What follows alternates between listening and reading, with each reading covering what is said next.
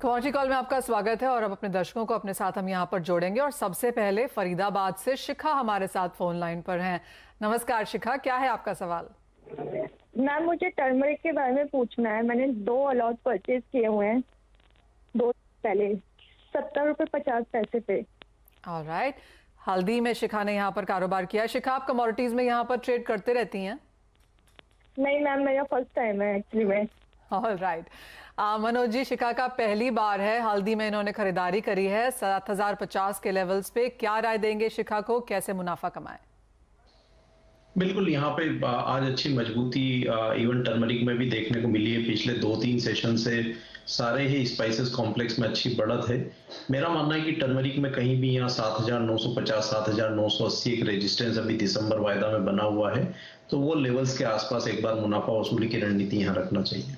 Right, शिखा आप in the money है। 3% की तेजी आज हल्दी में है और मनोज जी को लगता है कि यहाँ से भी बढ़त देखने को मिल पाएगी, तो आपका पहला ट्रेड क्लियरली आपको यहाँ पर मुनाफा कमा के दे रहा है।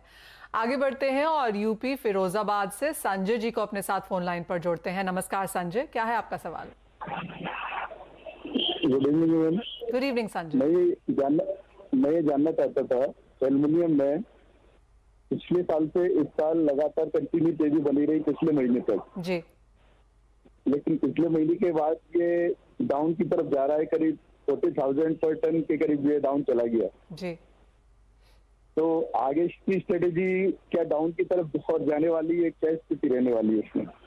संजय, आपने कोई ट्रेड लिया हुआ है या फिर आप ये समझकर ट्रेड लेंगे?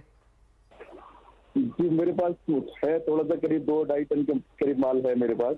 ओके वो 275 के नीचे का परचेज किया हुआ है। Okay, alright. प्रीतम, क्या राय देंगे, क्योंकि जैसे इन्होंने कहा, संजय ने कहा कि एल्यूमिनियम यहाँ पर लगातार चढ़ता रहा, लेकिन पिछले 1 महीने में क्योंकि कोल के भाव गिरे, एल्यूमिनियम की प्रोडक्शन ग्लोबली बढ़ी, चीन में भी एल्यूमिनियम की हमने प्रोडक्शन बढ़ते हुए देखी, उसका असर प्राइसेस पे तो आया है। लेकिन जैसे संजय पूछ रहे हैं कि आगे जाकर अब क्या सिनेरियो वॉच करें, क्या भाव देखें, क्या कहेंगे आप? नहीं, तो मैं ये कहूंगा कि आप प्लीज इसको होल्ड करके रखें, क्योंकि जिस कारण से हम लोगों ने थोड़ा बहुत एक्शन देखा था उसमें कहीं ना कहीं ये कोरोना का न्यू वेरिएंट का भी हाथ था। थोड़ा थोड़ा हम लोगों ने देखा है, क्योंकि कहीं पे भी इन्वेंट्री आप देखें तो वहां पे इन्वेंट्री पूरी कंज्यूम होते जा रही है। मेन प्रॉब्लम ये था कि डाउनस्ट्रीम मैन्युफैक्चरिंग में वहां पे डिमांड पिकअप नहीं हो रहा था। बट मेरा हिसाब है कि अपने हम लोग थोड़ा बहुत देख लिया, डाउनटाउन जितना देखना था। जैसे डिमांड वापस पिकअप करेगा तो हम लोग देखेंगे हर एक मेटल में थोड़ी तेजी आना शुरू हो जाएगी। यूरोप एंड अमेरिका में हम लोगों ने डिमांड रिवाइवल देख लिया है, सिर्फ चाइना में हम लोगों ने थोड़ा प्रॉब्लम देखा था। बट आज हमने देखा है कि सेंट्रल बैंक ऑफ चाइना ने भी थोड़ा इंटरेस्ट रेट्स कम करके अपनी इकोनॉमी को सपोर्ट करने की कोशिश कर रहे हैं, और उसका इम्पैक्ट मेटल प्राइसेस पे जरूर आएगा। तो मेरा मानना ये है कि एल्यूमिनियम को हम लोग को पकड़ के रहना चाहिए। एक स्ट्रॉन्ग सपोर्ट जोन पे है 210 का, एंड उसके बाद मेरे को नहीं लगता कि ये ब्रीच करेगा। तो आप अपना पोजीशन होल्ड करके रखें मेरे हिसाब से। चलिए संजय, वो आपके लिए राय है कि पोजीशन होल्ड करें और मेटल्स में एक रिबाउंड यहाँ पर देखने को मिल सकता है, स्पेशली एल्यूमिनियम के प्राइसेस में। आगे बढ़ेंगे और गंगानगर से श्याम सुंदर जी को फोन लाइन पर जोड़ते हैं। नमस्कार श्याम सुंदर जी, क्या है आपका सवाल? नमस्कार मैम, मैं ये पूछ रहा था मैम, नरमा कितना की तेजी रहेगी मैम? कौन सी कमोडिटी पूछना चाहते हैं आप? नरमा कॉटन।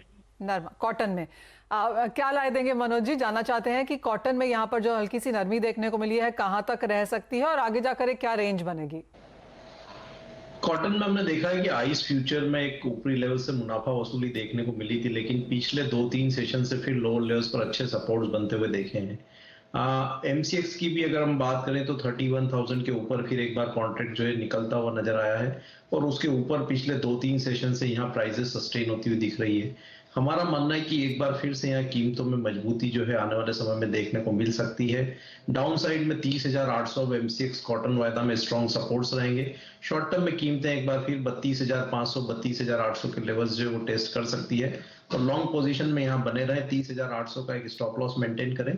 ऊपर में 32,500 से 32,800 तक के लक्ष्य फिर एक बार यहाँ देखने को मिल सकते हैं। तेजी यहाँ पर कॉटन में भी आ सकती है और आज हमने देखा भी है 0.25% की बढ़त के साथ फिलहाल आपकी स्क्रीन पर यहाँ पे कारोबार। एक मैसेज आया है उसे भी पढ़ लेते हैं जो सूरत से राजेश ने लिखा है। ये कहते हैं कि चांदी इन्होंने 10 किलो खरीदी है 66,400 के लेवल्स पे। जानना चाहते हैं कि कब तक इसे होल्ड करें। आज तो हल्का सा सपोर्ट देखने को मिला है यहाँ पर प्रीतम, लेकिन थोड़ा सा लॉन्गर टर्म और क्योंकि इतने ऊपरी स्तरों पर खरीदारी है, क्या करेंगे? तो मैं ये कहूंगा कि क्योंकि इनकी बाइंग काफी हाई लेवल पे है, मेरे हिसाब से अनफॉर्चुनेटली चांदी में थोड़ी वीकनेस तो आ ही सकती है। बट यदि उनके पास और मार्जिन हैं तो कहीं ना कहीं वो जब प्राइसेस थोड़ा नीचे आए अराउंड 59,000 लेवल पे वो उस टाइम पे एवरेज कर सकते हैं, क्योंकि चांदी एक मौका जरूर देगा उनको कि एग्जिट करे, या तो पूरे प्राइसेस भी नहीं रिकवर कर पाए, एटलीस्ट अपना लॉस कम कर सकते हैं by averaging at around 59,000 level.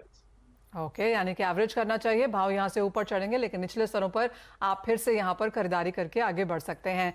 इसी के साथ शो समेटने का भी समय है। बहुत शुक्रिया मनोज जी, प्रीतम साथ जोड़ने के लिए, तमाम कमोडिटीज पर हमारे जो व्यूअर्स हैं उनकी सहायता भी करने के लिए। मुझे भी दीजिए इजाजत, आप बने रहिए CNBC आवाज पर।